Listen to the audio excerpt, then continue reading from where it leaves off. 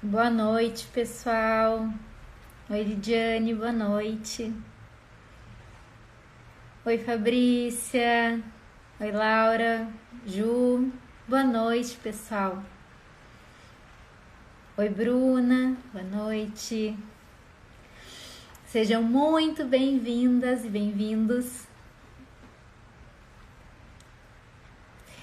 Hoje a ideia é ser uma noite bem bacana, bem legal, com momentos de muitas reflexões que eu espero estar fazendo aqui com vocês. A Cris está entrando nesse momento, daqui a pouquinho a gente vai. Vou acrescentar ela aqui para a gente poder ter essa conversa de hoje. Pronto. Vocês. Boa noite, pessoal. Obrigada pelas mensagens. Oi, amiga. Oi, tudo bom?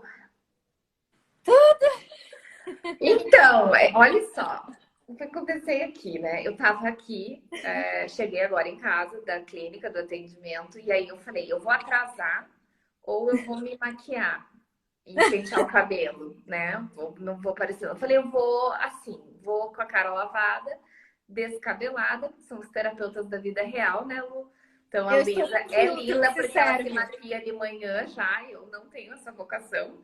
Então, a Luísa estava atendendo em casa, mas ela estava atendendo até agora também. Eu estava atendendo até agora, vim da clínica, eu estou presencial. E é isso aí, essas somos nós na vida. Nossa, Socorro, me não, mas perdoa. amiga, se serve de consolo, eu estou com filtro, tá? Estou contando para todo mundo, não tenho vergonha de assumir que hoje as minhas olheiras, elas não tem maquiagem que esconda. Que salve! Ah, então. Não Mas tem. é isso. Mas é Vamos lá. isso, né, pessoal? Então, hoje, bom, na verdade, desde que começou essa semana, se tem uma coisa que eu acho que eu e a Cris a gente pode afirmar para vocês é que a gente está tentando mostrar a vida real como ela é, né? A vida de ser terapeuta, os bastidores, as reflexões, as burradas que a gente fez, as coisas boas e ruins, enfim, nesse processo. Então, não é diferente, inclusive com a cara cansada do final do dia, faz parte. Inclusive com aquela coisa, né, Lu, dos horários e tempo de atendimento, já falando uma coisinha básica, assim, né? A gente sempre diz, os 50 minutos, são 50 minutos de sessão, porque são 10 minutos preciosos de intervalo para nós, né? Mas a terapia da vida real também entende que às vezes a gente não dá conta disso. Então, em tese, eu teria terminado meus atendimentos às 7 da noite, para dar tempo de chegar em casa. E eu não terminei a 7, porque atrasou 5 minutos primeiro, 10 minutos segundo, 10 minutos no terceiro, saí da clínica às 7h30 da noite. Então, saber que, assim, a vida real da terapia é também atender a necessidade do paciente, eventualmente, de ficar um pouquinho mais na sessão. E entender que, às vezes, aquele paciente também precisa um pouquinho de mais limite, então a gente vai pro oposto disso. Exatamente, perfeito. Dica solta essa, né? Legal, para começar. Bom, pessoal, então, só apresentando para vocês, hoje essa nossa live Tira Dúvidas é relativa à aula 2. A gente anotou algumas perguntas que vocês nos mandaram hoje à tarde na caixinha de perguntas, mas a ideia é que vocês possam fazer exatamente como a live que a gente fez na terça-feira, que é vocês irem escrevendo as dúvidas de vocês aqui mesmo nos comentários, para que a gente possa, ao longo dessa live, conversar com vocês um pouquinho. Lembrando que, né, para quem assistiu a aula 2, vocês podem fazer as perguntas que vierem à cabeça dentro do que a aula fomentou de discussões e reflexões. E para quem não conseguiu assistir a aula 2, mas está aqui e vai assistir depois, vocês podem fazer qualquer pergunta que tenha a relação com a terapia cognitivo-comportamental ou a terapia do esquema, que esteja relacionada muito ao começo da carreira, mas mais que isso, a organização do atendimento, que é isso que se propõe prioritariamente, fundamentalmente, essa segunda aula. Então, podem ficar muito à vontade de vocês irem fazendo as perguntas. Se não, a gente vai começar pelas caixinhas, né, para poder começar a esquentar um pouco, para também deixar vocês menos inibidos para fazer perguntas para a gente também. Pode ser, amiga? Claro, vamos lá. Como você comanda o Tá. Instagram, conte para nós aí, Lu, o que o pessoal quer saber. Tá, a primeira pergunta que tem, até inclusive, na verdade, a gente de alguma maneira respondeu ela na primeira live, mas agora a pergunta foi se é preciso, para ser terapeuta do esquema, também ter conhecimento ou uma formação anterior com terapia cognitivo-comportamental. Teoricamente, tecnicamente, legalmente, não.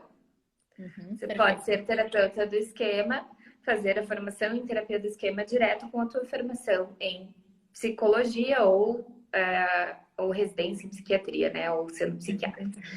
Nossa opinião, minha e da Luísa, é que sim, né? Nós entendemos que o conhecimento prévio em terapia cognitivo-comportamental, uma vez que o próprio Jeffrey Young era terapeuta cognitivo-comportamental antes de criar e desenvolver a teoria, e ela foi um aprofundamento da teoria, né? Ela foi buscar em outras técnicas, em outras abordagens e também outras técnicas para rechear a TCC, mas ela tem a TCC como um centro de compreensão do funcionamento da cognição e também, principalmente, em termos de técnicas, né?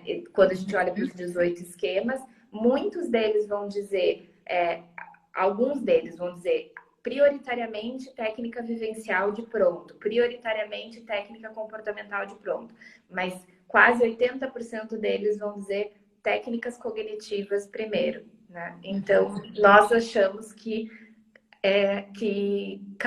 instrumentaliza muito você ser terapeuta cognitivo antes, ou ter pelo menos uma boa base, cursos livres, muita leitura, para posteriormente fazer esquemas. Isso é isso que nós pensamos? Exatamente isso. Tanto é, pessoal, que se vocês pararem para pensar, a gente acredita tanto nisso que a gente escolheu que a nossa primeira semana, né, gratuita de aulas fosse com temas onde a gente priorizou falar de terapia cognitivo-comportamental. E todo mundo que nos conhece sabe que nós somos terapeutas do esquema. Não que nós não somos também terapeutas cognitivo-comportamentais, porque também temos a formação.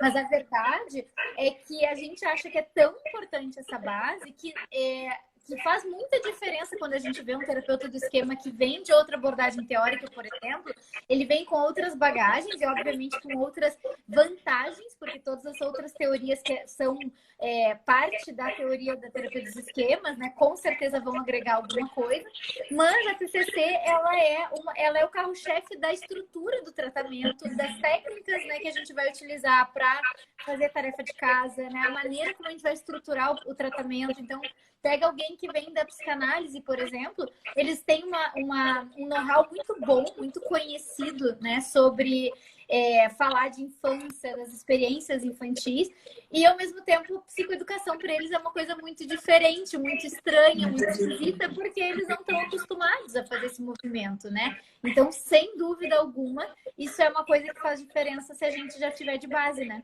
Com certeza. Oi, Thaís. Bom, pessoal, não se esqueçam, vamos fazendo perguntas. Enquanto isso, a gente vai pegando as perguntas da caixinha.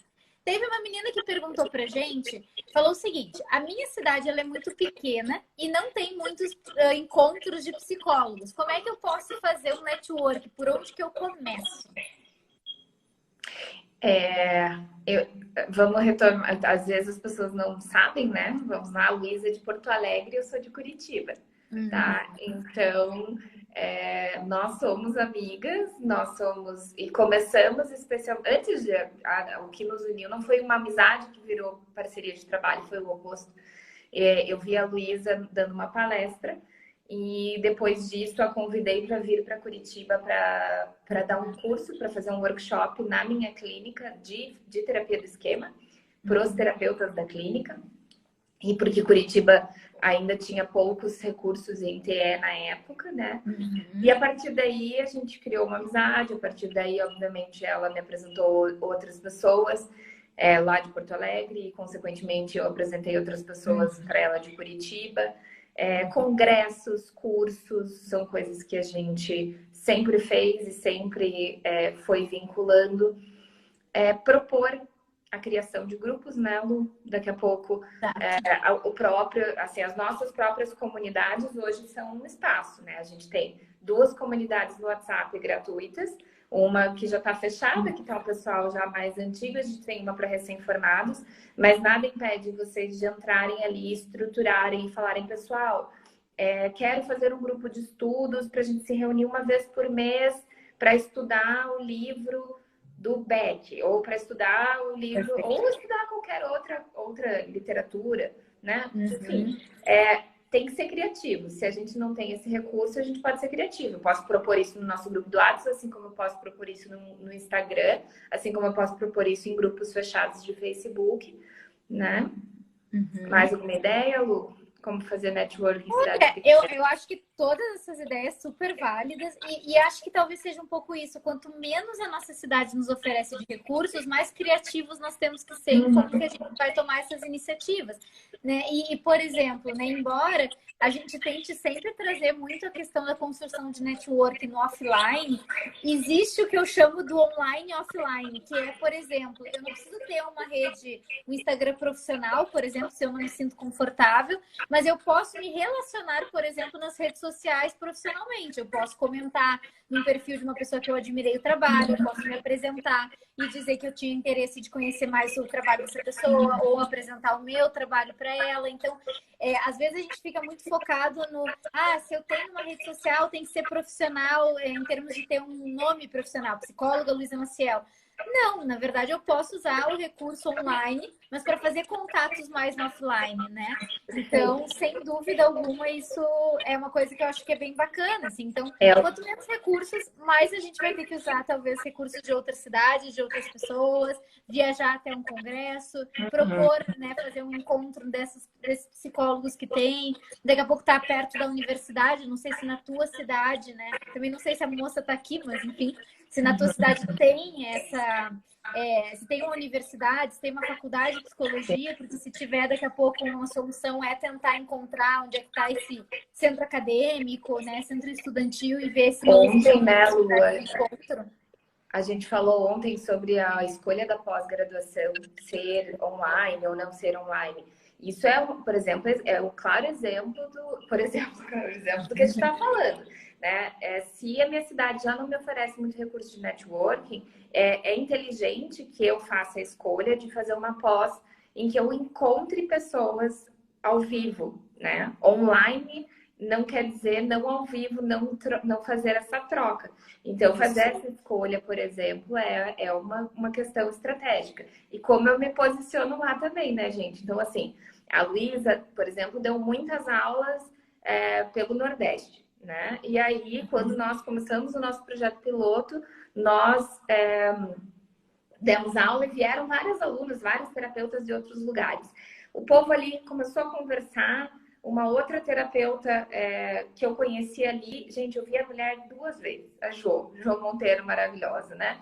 E aí a gente agora tá fazendo um grupo de supervisão juntas e ela falou assim, meu Deus, que delícia que você tá aqui, meu apego seguro. Olha só, olha o nível que a gente virou, né? Assim, a gente nunca se viu presencialmente, a gente trocou informação, afeto e respeito pelo trabalho uma da outra, ao ponto de que a gente caiu num grupo de supervisão e se sente super seguras de poder contar uma com a outra no apoio desse grupo.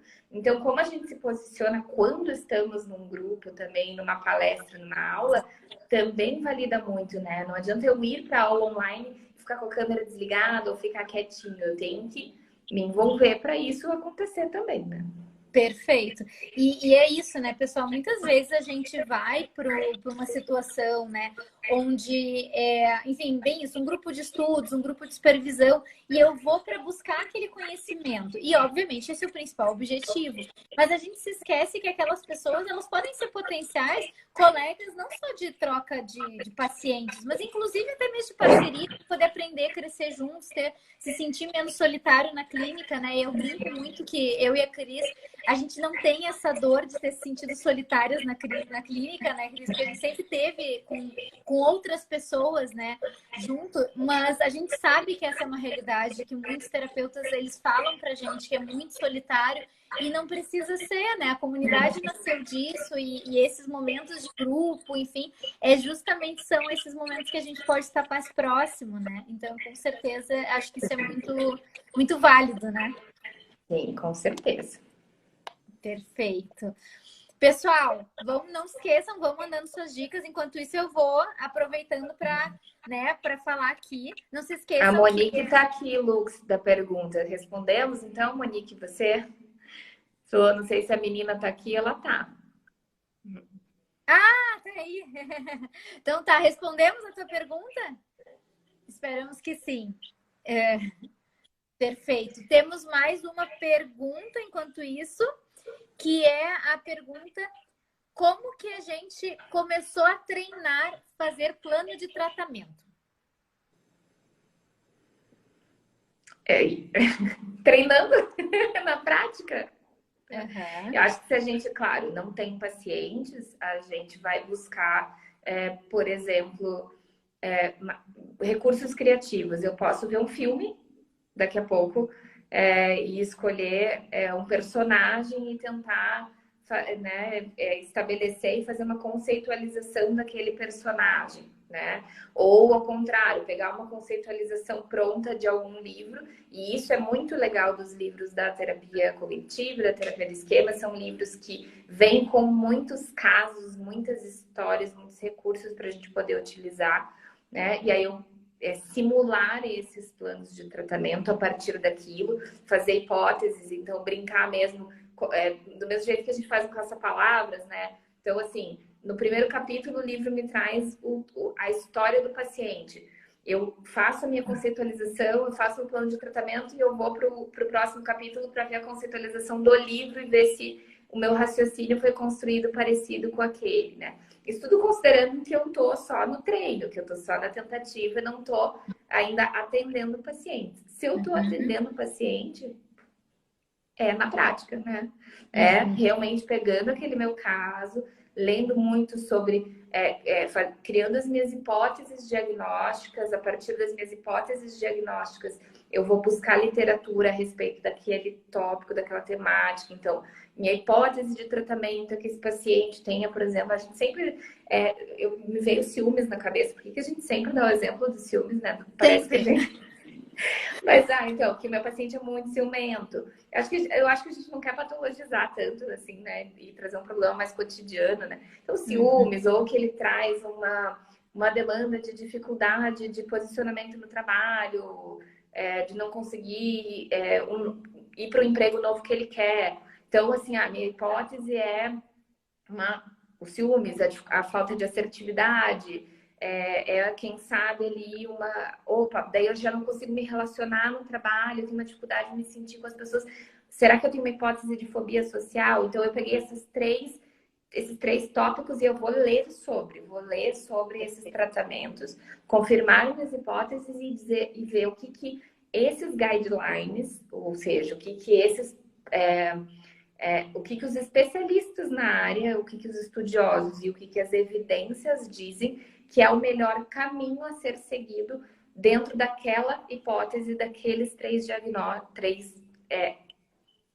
Não é diagnóstico a minha palavra, é problemas da terapia ou objetivos terapêuticos que a gente criou. Respondido? Perfeito. E, pessoal, é bem isso. Quando a gente pensa em plano de tratamento, pensem que é uma linha de coerência, né? E que tem uma ordem. E é claro, alguns tratamentos específicos, né? Tem guidelines próprios que já te dão a ordem, que facilita bastante, né? Para a gente não precisar necessariamente pensar de forma personalizada todos os casos. Mas a verdade é que a maioria dos pacientes não tem, assim, limpinho, né? Só depressão, só ansiedade social. Então, às vezes, vão ser necessários a gente adicionar elementos e isso vai modificar essa ordem que o guideline já está nos norteando. Então, esse é um primeiro ponto. E segundo ponto, o que a gente tem que considerar é sobreposições de sintomas e qual que está atrapalhando mais e que deveria se vir primeiro, por exemplo, né? A gente fala muito aqui de exemplo do toque, né? A gente tem os dois queridinhos de exemplo, é sempre ciúme e toque. Porque o toque tem muito isso. Se eu tenho um paciente que tem dificuldade de tomar decisões e ele tem toque, faz parte da sintomatologia do toque, dificuldade de tomar decisões, a indecisão, a ruminação mental. Então, bom, eu vou tratar o toque primeiro, mesmo que o problema que fez ele vir a tratamento seja o segundo ponto. Então, tem muito a ver com a gente pensar numa ordem. E muitas vezes as pessoas dizem, Lu, tem tanta coisa, não sei por onde começar. E muitas vezes isso está relacionado a pessoa não ter parado, listado os sintomas, os objetivos que o paciente está trazendo e ter tentado visualizar o que vem primeiro, o que de alguma maneira parece que vai ajudar mais mais elementos dentro do tratamento dele, dentro da vida dele. E algumas vezes vai ter nortes que a gente já tem direcionados e outras vezes não, mas aí a gente pode pensar por conta ou a gente pode buscar supervisão, que também nos ajuda a fazer esse raciocínio de reflexão nessa ordem, Construir né? esse plano, né? Exatamente. Perfeito, perfeito. O que tá atrapalhando mais, gente? É sempre essa, assim, a pergunta mais simplista, né? Menos teoricona, assim, é o que tá atrapalhando mais esse meu paciente?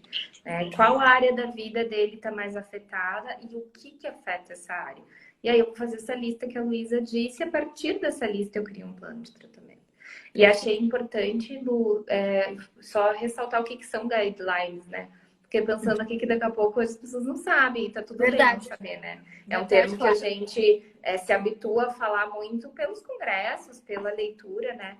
Mas guidelines são esses manuais, são as estruturas de tratamento construídas e indicadas como as mais adequadas, tá? Então, como a gente fala em psicologia baseada em evidências, a gente entende, né, que a gente está seguindo o tratamento e construindo um plano de tratamento a partir de algo que foi previamente e amplamente testado e validado. Então, um exemplo é depressão. O que o guideline de depressão nos diz? Que o tratamento de ponta, de primeira linha, é ativação comportamental. Então, isso indica que eu começo a fazer ativação comportamental com o meu paciente. E aí, depois disso, vem a terapia cognitiva. E aí, eu vou integrar a terapia cognitiva no tratamento. E a gente tem esses guidelines, ou seja, esses direcionamentos de tratamento para todas as patologias e também para dificuldades cotidianas terapêuticas que a gente possa ter, né? Não só transtornos, mas também questões que a gente vai buscar tratar, como treino de habilidades sociais, como um outro exemplo, os ciúmes, O toque. os ciúmes. Sim, sim. Perfeito. Eu acho que é isso, né, pessoal? No fim das contas, então, nada mais é do que assim, vocês sentirem que vocês estão organizados quanto a ordem e a lógica do que vocês vão trabalhar, né? E isso é muito importante porque, de alguma maneira, isso caiu um pouco em desuso aqui no Brasil, de alguma forma, porque eu vejo que isso é uma pergunta e uma questão em vários lugares que eu já dei aula, da Cris também. E, de fato, de alguma forma, a gente fala muito da conceitualização, fala muito do diagnóstico, fala muito das técnicas, e parece que este pedaço que une as técnicas com tudo isso, né, das entrevistas iniciais, de alguma maneira se perde, não se fala tanto, e aí causa, obviamente, essa lacuna na nossa aprendizagem, né? Então, é bacana ver pessoas também perguntando isso pra gente, porque mostra o interesse de realmente sentir essa lacuna sendo reparada, né? E que tem tudo a ver com a dor que a gente percebe muito na supervisão e nas aulas também, da pergunta assim, eu já fiz todas as técnicas, várias técnicas, e não. Qual técnica nova eu posso fazer? Que é o que a gente falou muito na segunda aula. O quanto não é a quantidade, mas a qualidade, a objetividade e a eficácia, a escolha dessa técnica. E isso é plano de tratamento. Então, daqui a pouco a gente começa a se sentir ansiosos e quer fazer um monte de coisa, e quer aplicar um monte de técnica e sente que não tá fluindo, mas talvez porque a gente tenha falhado em não entender qual era o nosso plano de tratamento, nosso objetivo, a ordem sequencial de técnicas, tanto para que ela seja feita de forma eficaz, quanto para que a gente se acalme enquanto terapeutas e saiba que a gente está fazendo aquilo que a gente planejou, né? Eu sei que eu estou dentro daquilo. Então, não pensem em que eu fui para academia e está programado lá que eu vou ficar 4 meses na academia fazendo 12 repetições, e que a partir dos 4 meses eu vou mudar o ângulo do peso e vou passar a fazer 20 repetições. Então, isso é um plano de tratamento, isso é um plano de evolução do meu desenvolvimento físico. Na terapia é a mesma coisa, a gente vai escolher um objetivo, algumas técnicas, algo que a gente vai atacar, a gente vai passar alguns meses investindo e construindo aquilo, para uma vez que aquela musculatura esteja preparada, eu subo para o próximo passo. E a gente não faz isso, a gente começa a jogar né? Técnica, técnica, técnica, técnica no paciente, sem nem entender se aquilo está fazendo sentido. Perfeito, perfeito. E como isso deveria poder nos acalmar e acalmar o paciente também, né? Porque se a gente explica para o paciente, não, tem uma razão pelo qual tu ainda, sei lá, tá nesse lugar, né? Quando o paciente tá mais queixoso, eu não consigo mudar, isso é muito difícil, parece que eu tô aqui falando, não adianta nada. Se a gente sabe o que a gente está fazendo, também isso nos tranquiliza para devolver o paciente. Eu entendo que é frustrante, mas é que realmente esse tipo de questão não muda da noite para o dia. A gente vai precisar de algumas sessões ainda para isso, repensar. Mas que bom que tu está incomodado, porque talvez isso mostre o teu engajamento. Então, quem sabe a gente não dá um reforço nas técnicas, sei lá, nas tarefas de casa ou outras questões. Então, essa conversa, ela fica menos ansiogênica e a gente se sente menos fracassando, né? Enquanto terapeuta, se a gente sabe como responder isso de uma maneira realmente organizada, né? E isso é fidelização do paciente, porque se ele sente segurança em nós, se ele sente que a gente sabe o que está fazendo com ele fica. E ele indica para outras pessoas. Ele se acalma, ele não se cobra, porque a lógica da musculatura ela é real. Nosso cérebro também precisa ser exercitado até que ele ganhe e fortaleça naquilo, para a gente poder replicar isso e isso virar habitual e fazer uma mudança. E o paciente precisa aceitar e entender isso.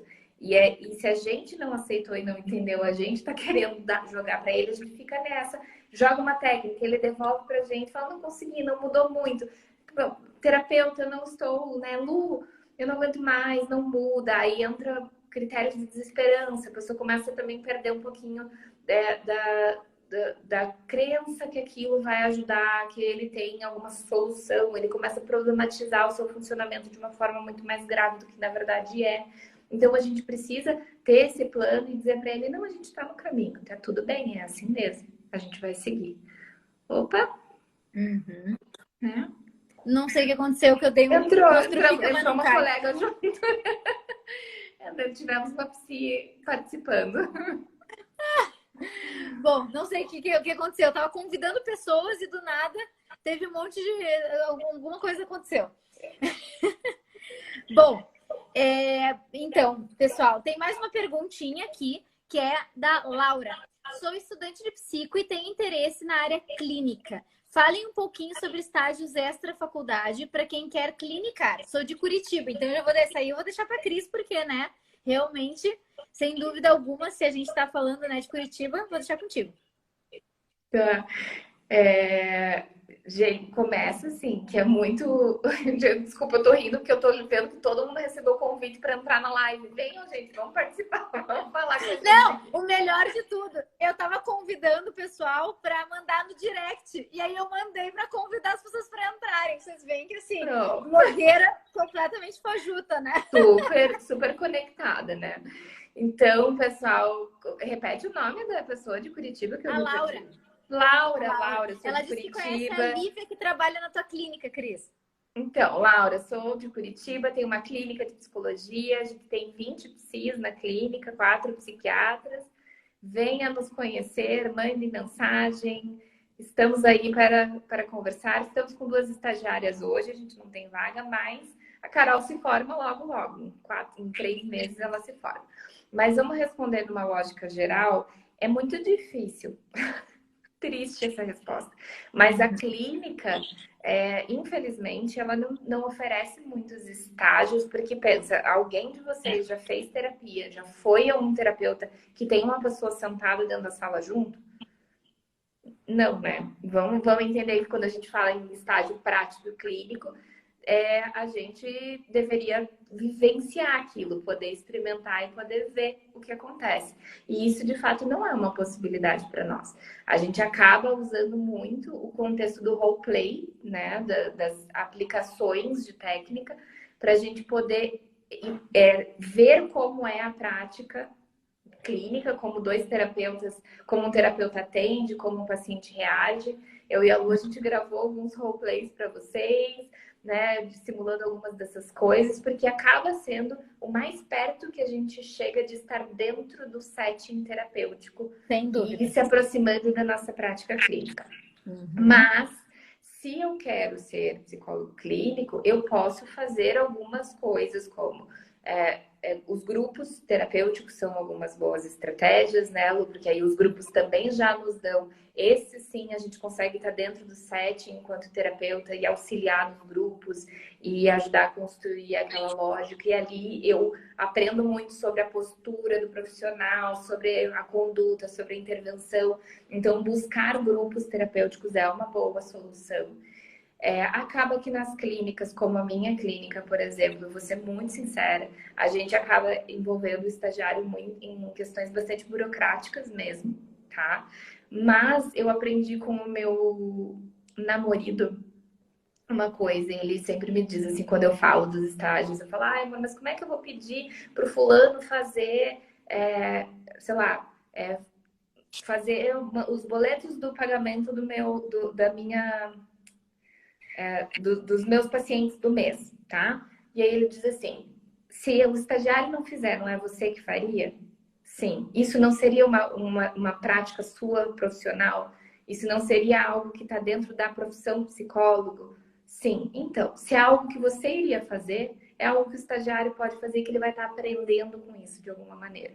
Então, assim, claro, eu não estou dizendo aqui que é para vocês receberem como estagiários e nunca terem contato com a psicologia nenhuma e só fazerem trabalho burocrático. Mas, por vezes, a realidade é que vocês vão estar perto da clínica e vão poder viver o ambiente, ouvir outros terapeutas, fazer o networking, ver exatamente aquelas dúvidas que a gente falou muito na última live, né? Como que a gente lida com os BOs do dia a dia, como que a gente acolhe, cuida de emergências, porque isso tudo vocês vão vivenciar numa clínica. Né? Mais alguma ideia, Lu? É muito triste, na verdade, essa resposta, porque não tem, né? Então, eu estava pensando nisso, quando é extracurricular, né? Ou seja, não são aqueles estágios obrigatórios que daí atende na clínica, né? Enfim, de fato, eu acho até, na verdade, que eu não tenho certeza, e eu não tenho certeza se isso está se falando de questões do território nacional, mas eu acho que aqui no nosso Conselho do Rio Grande do Sul é proibido os estágios extracurriculares ofertarem a modalidade de atendimento. Por quê? Porque tu tem que estar vinculado tanto à instituição da clínica que tu atende, né? E ter uma supervisora responsável, quanto tá dentro da faculdade também respaldado e resguardado pela universidade. Quando é um extracurricular, a universidade não se envolve, né? Então, esse aluno, ele fica muito à mercê da instituição, que pode ser uma baita instituição e pode ser uma instituição que use, por exemplo, estagiários para poder atender em grande escala, por exemplo, pagando um valor baixo, enfim. Então, existem algumas questões éticas aí envolvidas de proteção ao estagiário, né? Mas é bem como a Cris disse, existem outras possibilidades e essas possibilidades elas também vão nos ensinar muita coisa, porque realmente, hoje, por exemplo, na clínica lá na Etos, a gente só tem estágio curricular, mas de qualquer forma, a gente tem uma parte das descrições de atividades, uma parte de construção de materiais e de construção de textos que a gente publica nas nossas redes sociais. Num primeiro momento eu pensava a mesma coisa que a Cris. Será que isso aqui é uma coisa que justifica botar no estágio, enfim? Mas aí eu pensei, bom, não tem um monte de gente que se forma e se forma querendo entrar no Instagram, que se forma querendo ter seus próprios materiais psicoeducativos. E a gente, de alguma forma, está ensinando aquela pessoa não só a fazer isso, mas a gente também está dando aqueles materiais para ela, porque tudo que ela produz vai embora com ela, obviamente. Ela não vai ficar com a gente e ela não vai ter direito ao uso. Então, de alguma maneira, quando a gente está num lugar que nos oportuniza outras habilidades que a gente também utiliza, isso também é bem legal, né? As meninas lá na clínica fazem triagem de paciente, a triagem de todos os pacientes, porque uma coisa que a gente tenta fazer é encaminhar o paciente sempre de acordo com a demanda, cuidar. A gente não segue uma lista aleatoriona, assim.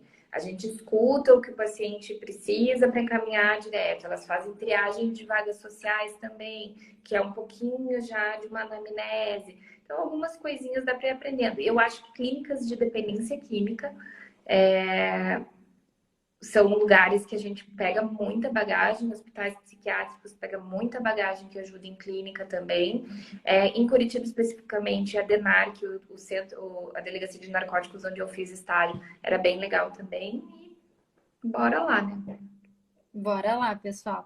Mas é bem isso, acho que, enfim, né, dentro é área da saúde, né? Querendo ou não, que eu saiba, em outras especialidades é a mesma coisa também. Tirando os estágios obrigatórios, não pode chegar perto do paciente, por razões óbvias, né? Porque a gente está trabalhando com saúde, com a vida de pessoas, né? Então existe uma necessidade de um controle, de um cuidado maior, né?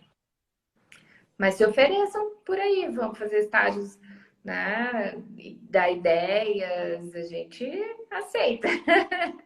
Exatamente. Esses dias aconteceu uma coisa muito legal, até não te contei, Cris, eu acho. A gente fala muito, eu e a Cris, sobre a coisa de networking, das pessoas se apresentarem, que isso não é feio, isso não é ruim. Eu sempre fico muito feliz, assim, quando alguém, sei lá, me adiciona no Instagram e me manda uma mensagem: ai, eu admiro teu trabalho, parabéns, sei que queria me apresentar, meu nome é fulana. Eu acho isso tão legal, eu sempre achei isso muito legal e a gente reforça muito isso. E daí veio uma menina na aula 1, que assistiu a aula 1 e nos mandou uma mensagem aqui no portal, dizendo: oi, tudo bom, gurias? Adorei a aula 1, já que vocês falaram tanto sobre isso, né? Deixa eu me apresentar, meu nome é fulana, não sei o quê. E se um dia vocês tiverem a parte de dar aula, né, dentro do portal de sexualidade, terapia cognitiva sexual, eu gosto muito dessa disciplina, me ofereço para dar uma aula teste. E eu achei aquilo ótimo, porque eu pensei, cara, é botar na prática, assim, sair da aula e já colocar na Perfeito. prática, né? E foi muito Perfeito. bacana, porque foi que a gente disse para ela: nossa, até eu respondi dizendo que a gente vai ter uma área de vídeos, artigos, enfim, que se ela tivesse algum artigo, ela já poderia nos avisar agora, né? E ela disse: tem um que vai sair, deu pronto, saiu, nos avisa, você já vai entrar, enfim. Então, Nossa, maravilhoso. daquela iniciativa saiu já um vídeo artigo, né? Perfeito. Ou seja, pessoal, estamos aqui. Estamos aqui. A Tamara falou da estratégia de networking, né? Mas dá um receio de ser intransigente. Tu sabe, Tamara, que assim, eu acho que o segredo, ele é muito de sentir o time do outro, né? Porque assim, se a gente manda uma mensagem se apresentando e a pessoa, bom, se a pessoa não nos responde, o recado tá dado, né? A gente já entendeu, para minha palavra, né? Para bom entendedor, minha palavra basta. Mas aí a pessoa vai lá e responde, mas responde sem ter um interesse numa continuidade, né? Só agradece e tal, boa semana. Bom, tu já viu que ali ela, bom, não tá muito aberta a comunicação. Mas se a pessoa responde, se apresenta, enfim, poxa, ela abriu o canal. Então, eu acho que tem muito a ver da gente não ter tanto medo de que, sim, algumas pessoas não vão nos responder, outras só vão nos agradecer e tchau e benção, e outras pessoas vão abrir esse canal e a gente poder, de alguma forma, é, aceitar que faz parte do jogo que a gente tem umas portadas na cara, né, Cris? Eu levantei o dedinho porque eu vou demorar para responder, mas eu não estou ignorando vocês. Mas sim, tem que ter bom senso. E aí é bem complicado. A Lu disse: se a pessoa te der abertura, segue. Se a pessoa não te der abertura, esquece, tem outros lugares, né? Veja o que você vai pedir, se apresenta, conta de você antes. Eu acho que isso faz toda a diferença, né, Lu? Assim, oi, eu sou psicóloga. Queria saber mais sobre o trabalho de vocês. É difícil essa pergunta, né? Como é que a gente para responder uma pergunta dessas, por exemplo? Olha, meu trabalho, sei lá, ele tem várias vertentes, várias frentes, né? Eu preciso ser também, às vezes, mais claro com o meu objetivo quando eu faço essa busca de networking, né? Então, assim, eu quero só me apresentar e dizer para vocês que eu moro em Joinville. Vi alguém de Joinville, assim, é do lado de Curitiba. Cris, sou de Joinville. O dia que você estiver por aqui, passa tomar um café. Ou o dia que eu estiver em Curitiba, posso conhecer tua clínica e tomar um café? Pode. O teu objetivo é esse? O teu objetivo é só vir a gente se dar oi, se conhecer? Ficamos combinadas que o dia que a gente se cruzar pela vida, a gente toma um café. Não, o meu objetivo é mais claro, como essa menina que fez perfeito ali. Olha, eu sou cognitiva sexual, curto, estudo, me sinto preparada para falar sobre isso. Queria mesmo colocar à disposição de vocês. Pronto, tá o objetivo ali, a gente consegue responder ela bem claro, né? Tem que cuidar com o que pede. Agora, oi, eu tenho dificuldade com um paciente, queria que vocês me ajudassem. Sim, podemos te ajudar. Como? Te orientando a um supervisor, te orientando a receber um apoio. Meu paciente apresenta tais e tais sintomas. Você sabe me dizer o que fazer? Não podemos te dizer o que fazer por WhatsApp, por Instagram. Então, essas coisinhas que a gente cuida na comunicação, e se a gente faz ela de forma adequada, a gente não está sendo intransigente, a gente está sendo competente. Isso chama atenção e isso garante qualidade, isso garante atendimento e garante que você está mostrando ser uma pessoa interessada e cuidadosa enfim, a tua carreira. Uhum, perfeito. E tem uma coisa que eu lembrei agora, Cris, que acho que tu vai lembrar disso também. A gente comenta muito sobre a diferença de um profissional que ele vem para nos elogiar e consegue descrever o que ele está elogiando, de um profissional que de repente pegou a tarde para mandar para vários perfis diferentes uma mensagem muito parecida, né? E que não tem uma personalidade ali muito incluída e que não parece muito conversar com a gente, parece que não nos Sim. conhece tão bem, aquela mensagem meio genérica. Então, por exemplo, faz muita diferença quando a gente recebe no portal assim, eu gosto muito de ver que tu e a Cris são diferentes, mas vocês se complementam, a Cris nisso e tu nisso. Poxa, essa pessoa viu o vídeo meu, viu o vídeo da Cris, chegou à conclusão que a gente é diferente, achou isso bom, comentou sobre isso. Putz, isso aí é um carinho, um cuidado, que a pessoa teve um zelo de, antes de nos mandar mensagem, ela viu um pouco o nosso portal, ela se deu o trabalho de conhecer um pouco a gente, para não chegar pra gente e perguntar assim, o que vocês fazem? Poxa, tem um monte de post ali, talvez não responda 100% o que a gente faz, mas talvez dê uma boa ideia do que a gente faz, né? Então, Sim. isso é legal. E diferente de você dizer, sou admiradora do trabalho de vocês, parabéns, muito legal, não sei o quê. E aí a gente não sabe muito bem o que você está achando muito legal, o que está sendo bacana para você, né? Então a gente até tenta perguntar, que bacana, no que está te ajudando, enfim, para tentar ser um pouco mais objetivas e a gente realmente tentar entender, porque para nós interessa muito saber como é que a gente ajuda vocês, né? Então, para nós isso é muito legal, né? Sim, com certeza. O pessoal tá falando ali, Lu, na verdade, perguntaram sobre a questão da transição da TCC e da TE, foi a primeira resposta que a gente deu hoje, tá, querida? Então, voltar lá um pouquinho para poder ver isso, mas se você ficar com qualquer dúvida, a gente está à disposição. E a Amanda te conhece. Não, a Amanda falou que tá adorando, mas ela que te conhece também, que ela viu uma live que você fez sobre suicídio. É verdade, sim. E fora isso que vai marcando, né, Lu, carteirinha. Eu acho assim, quando a gente falou lá sobre direcionar, quando falam muito sobre nicho, vamos pensar na história do nicho, né? Você tem que o marketing diz muito, você tem que nichar. A gente não vai entrar nisso, que não é a nossa super especialidade, mas a gente vai falar sobre assim, nós não temos um nicho específico. Eu e a Lu, a gente já perpassou por vários nichos de atendimento. A gente tem, de um modo global, um perfil de clientela, que são pacientes graves. Então, a gente perpassou por dependência química, por transtorno de personalidade borderline, outros transtornos de personalidade, né? A gente tem o que a gente não gosta de atender, o que a gente não tá habilitada para atender, tá? Mas, assim, mesmo que eu não tenha um nicho que eu vá me vender nele, eu tenho que ter uma lógica de que tipo de aprimoramento eu vou fazer. Então, eu vou seguir cursos, né? Então, assim, eu vou começar a assistir cursos de depressão. Então, eu vou ver um de depressão, de suicídio, de psicofarmacologia. Eu vou construir a minha presença dentro de cursos e eventos e encontros que conversem com aquele meu interesse, com aquilo que eu estou buscando aprender. E assim, eu vou marcando a minha figurinha e eu vou me tornando uma pessoa conhecida, tanto para os colegas daquela área, quanto para os professores que estão dando aula. Então, isso que a Amanda fez agora. Amanda assistiu o suicídio, ela está vendo a gente aqui, daqui a pouco ela vai assistir uma outra aula de personalidade border que a Lu vai dar, e a gente vai conhecer a Amanda, e a Amanda já fica uma figura que a gente sabe quem é, daqui a pouco a gente conversa com ela em outro momento, né? Tem que cuidar muito para a gente não fazer ecletismo teórico, né? Que é assim, eu vou fazer uma formação em, sei lá, em psicanálise, daí eu vou fazer uma em sistêmica, daí eu vou fazer uma em terapia do esquema, daí eu vou fazer um coaching quântico né, e um curso de... Não sei o que isso vai agregar, porque em termos tanto teóricos vai fazer uma confusão na tua cabeça, quanto em termos de network não te garante nada, né? Perfeito. Perfeito. E tem uma coisa também, né, que eu lembrei agora dessa palestra, que eu acho que é uma coisa que eu escuto bastante divergências de opinião sobre isso, mas a gente sempre fala sobre a importância da gente se posicionar por algumas coisas. E assim, essa, por exemplo, é uma palestra que eu dei agora na semana passada, acho que foi, né, Amanda? Agora fiquei na dúvida, mas acho que sim, na semana passada. Ela foi uma palestra para a UPRA, que é uma universidade daqui de Porto Alegre, que tem algumas outras filiais em outras cidades vizinhas aqui.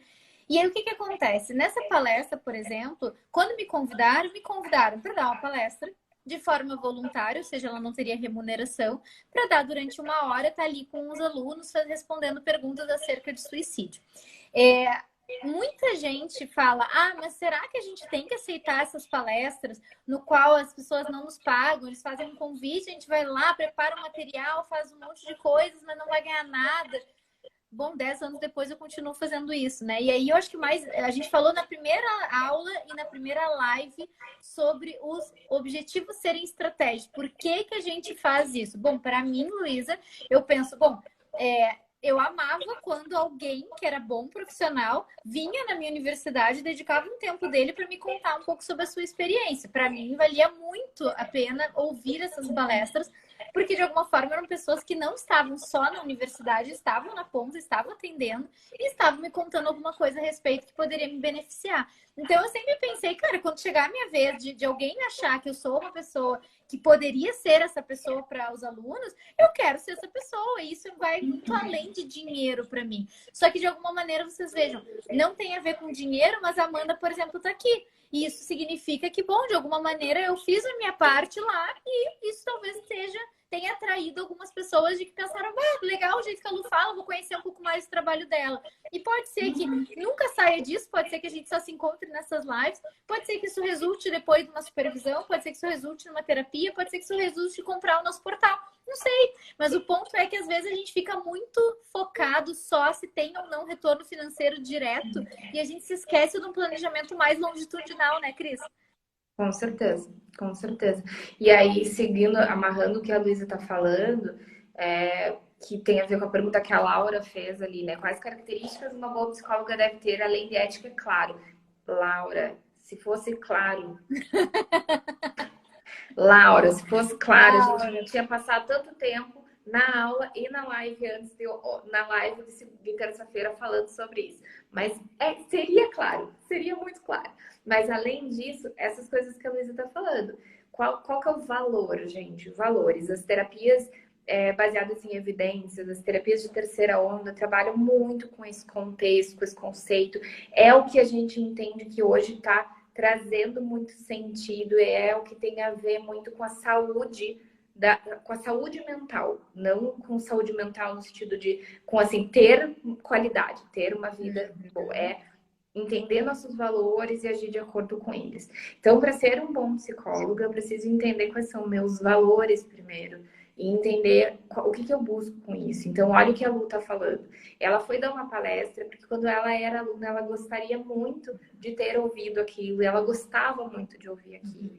Né? Quando eu vou atender um paciente, eu imagino como que eu gostaria de ser tratada enquanto paciente, quando eu estou buscando um terapeuta, aquilo que a gente falou, sempre responder a mensagem do paciente, de não encerrar o tratamento assim, sem entender, sem né, buscar fazer um feedback. Então, assim, ser talvez estável, eu acho que é uma boa palavra, assim, de você se mostrar permanente, você se mostrar uma pessoa transparente e verdadeira. Então, eu tenho os meus valores, são esses, e eu ajo de acordo com eles. Agir de acordo com eles é cuidar de você, é acreditar na minha profissão. Eu preciso acreditar. Então, assim, gente, o mundo tem muita coisa para fazer, mesmo. Não tem por que fazer psicologia, ser psicólogo clínico se não faz sentido, por qualquer outro motivo que seja. Tá? E até dentro da psicologia tem várias outras áreas que não a psicologia clínica. Então, faz sentido para mim estar disponível fora do horário para os meus pacientes quando eu preciso estar, porque a gente precisa estar muitas vezes. Então, assim, ser constante, ser verdadeiro, ser genuíno. A Lu fala sobre isso maravilhosamente bem lá no nosso Instagram. Então, são essas características. Ter interesse em aprender. ter interesse na história do paciente, interesse no paciente, interesse nas pessoas de um modo geral. Não adianta eu ter interesse só no meu paciente, porque eu quero ali, eu tenho que ser interessado com a vida. Eu tenho que perceber a tal da famosa escuta terapêutica. Quando alguém me conta, eu escuto, eu presto atenção nessa pessoa mesmo, né? E aí, gente, assim, ser coerente. Essa é a mais difícil de todas. Eu preciso ser coerente com aquilo que eu digo para o meu paciente, aquilo que eu busco. Assim, coerente não é perfeito, não é errar jamais, mas é tentar viver de acordo com aquilo que eu estou tentando passar, que eu estou tentando ajudar o meu paciente a entender, né? Exato. E estudar e fazer supervisão. Tem um bom terapeuta estuda muito, não é pouco. E faz terapia também. E faz terapia, muita terapia também. De preferência bastante. E na sua abordagem, por favor, também, né? Não vai, né? Não que não possa experimentar qualquer outra abordagem, mas pelo menos uma vez na vida ter experimentado a sua própria abordagem, sim, eu acho que tem uma vantagem importante, né? Mas, pessoal, agora a gente estava falando brincadeiras a parte da coerência, mas isso é uma coisa que a gente nem se dá conta, mas como isso transparece na sessão, né? Por exemplo, eu sempre conto da história do mindfulness. Qualquer terapeuta que está aqui, que é da terapia cognitiva, sabe a enxurrada de evidências científicas a respeito do mindfulness. Eu não preciso falar sobre isso. E eu preciso falar que eu odeio mindfulness. Enfim, o que eu vou dizer? Eu poderia aqui ficar rasgando cedo, mas não, eu não gosto. Então, isso quer dizer que eu não indico meus pacientes? Não, eu indico, principalmente se eu entendo que é um caso de ansiedade que vai se beneficiar e muito. Mas eu sou muito honesta com o meu paciente, que eu não vou fazer o treino dele, porque eu não acredito naquilo. Não que eu não acredite na efetividade, mas eu não consigo transpor isso para minha vida e fazer aquele uso de uma forma benéfica. Então, isso não é coerente. Então, eu vou dizer, olha, eu vou te indicar um treinador, eu vou te indicar um grupo de mindfulness, eu vou te indicar daqui a pouco alguém que trabalhe com isso para ser nosso parceiro, ou até mesmo que troque de terapeuta, se eu entender que isso é essencial.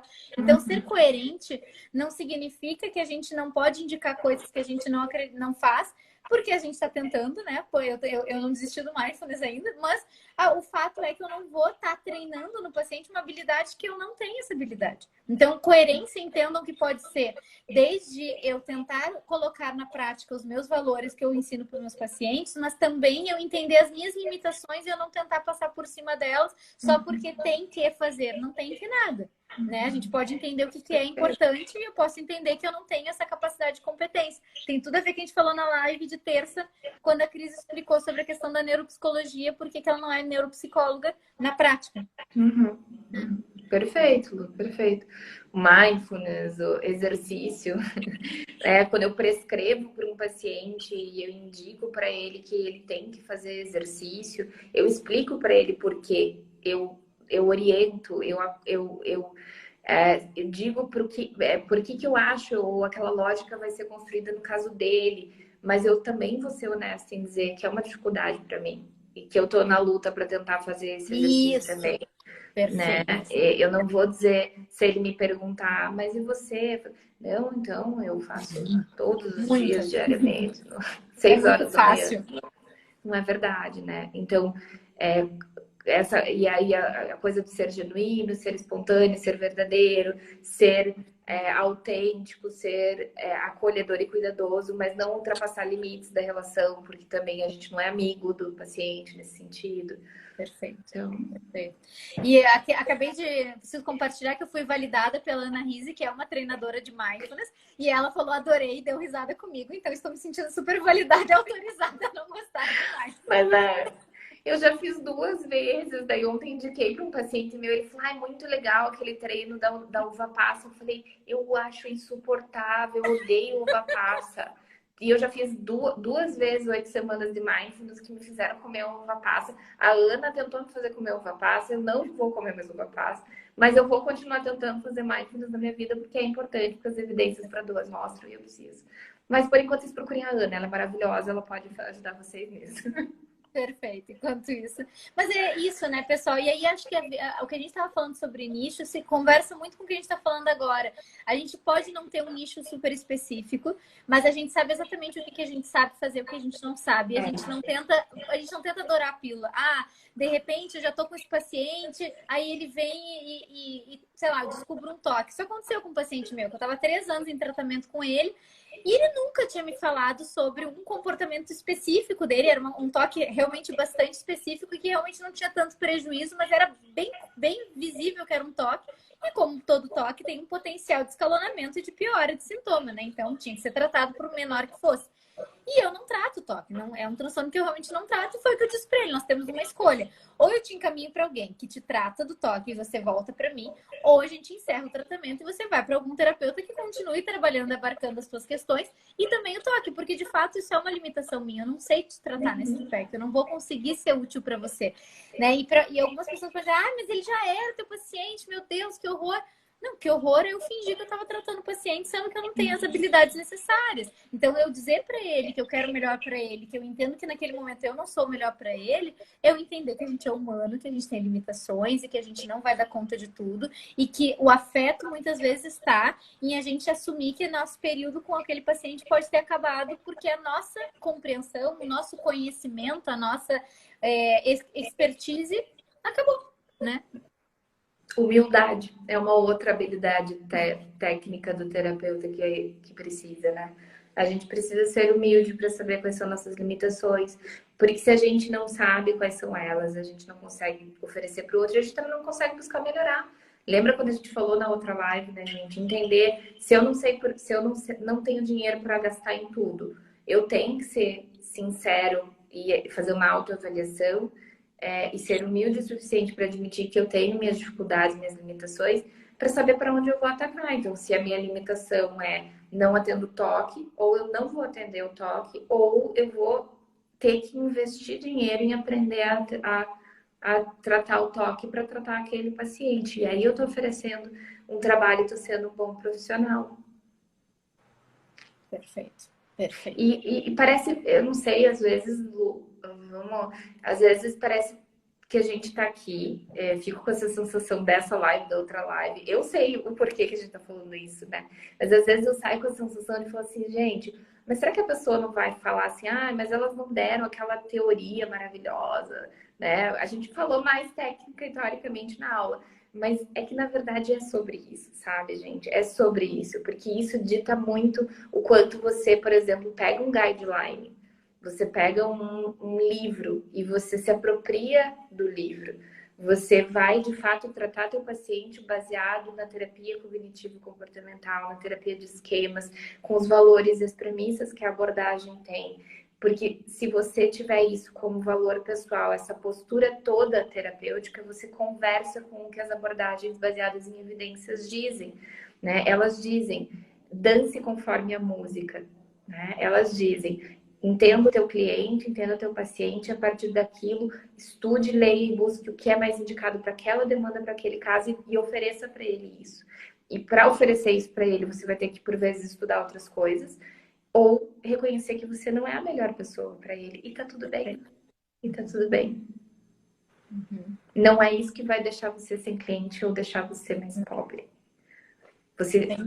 Pessoas assim, terapeutas assim, que nós conhecemos, não tem agenda. Não tem agenda. Exatamente. E no fundo é isso, pessoal. A gente acredita muito que a teoria é muito importante, não é à toa que a gente está pensando, né, e construindo um lugar onde tem muita aula, muita teoria. Mas no fundo, o que faz a diferença é o que às vezes a gente não se detém tanto, que é a nossa figura como terapeuta e quanto pessoa, porque no fim das contas, qual é o material de trabalho de vocês? É vocês.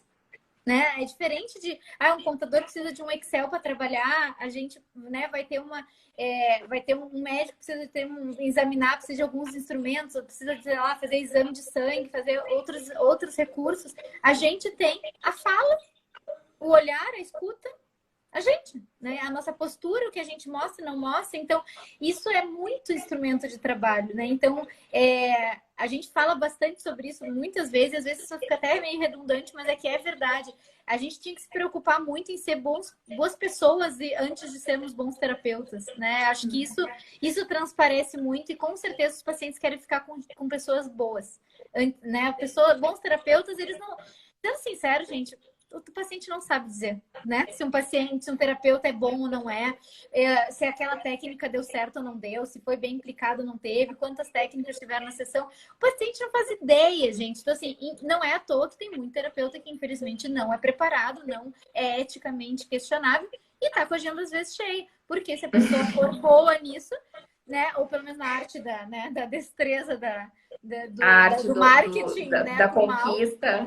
Na arte da conquista, a pessoa vai ir, né? Mas agora, o paciente não sabe disso. Agora, o paciente consegue, depois de um tempo, detectar, né? Se eu tô falando com uma pessoa que realmente tá num processo de construção que nem eu tô, que se importa em tentar ser um bom ser humano como ele me ensina, que também erra, que falha, que assume, que não tem problema de dividir sentimentos nesse sentido, né? Isso importa muito. E que não tem problema de revisar isso, porque, para fechar, assim, pensando na lógica do tratamento, a gente tem que saber olhar para a conceitualização, para a técnica, para o plano de tratamento e olhar e revisar, porque nem sempre a gente está certo sobre aquilo que a gente colocou, nem sempre a gente está certo sobre aquilo que a gente está determinando. E isso exige da gente aceitar com humildade isso que a gente escolheu fazer enquanto profissionais e aceitar que o paciente sabe o que é bom para ele também, o que não está bom para ele. Perfeito. Exato, perfeito.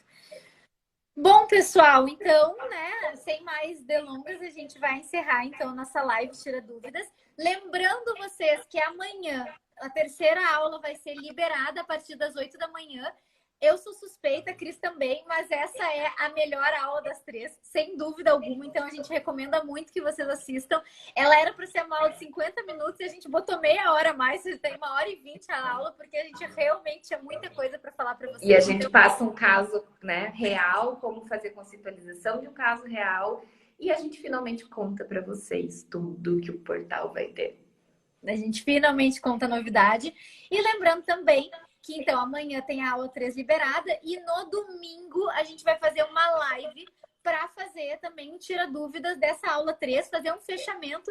E quem tiver com a gente nessa terceira live no domingo às 8 da noite, ficar com a gente até o final, vai ter algumas coisinhas especiais para quem ficar com a gente. Então, assistam as aulas, anotem todas as dúvidas e estejam com a gente domingo às 8, que vai valer a pena. Tá, pessoal? Obrigada, eu vou ver as mensagens. Pessoal dizendo obrigada. Muito obrigada, pessoal, pelas mensagens, por estar aqui com a gente. Significa muito. Boa noite. Uma boa noite para vocês. Se vocês precisarem, depois, se tiverem outras dúvidas, falem com a gente pelo direct aqui, tá bom? Boa noite, pessoal.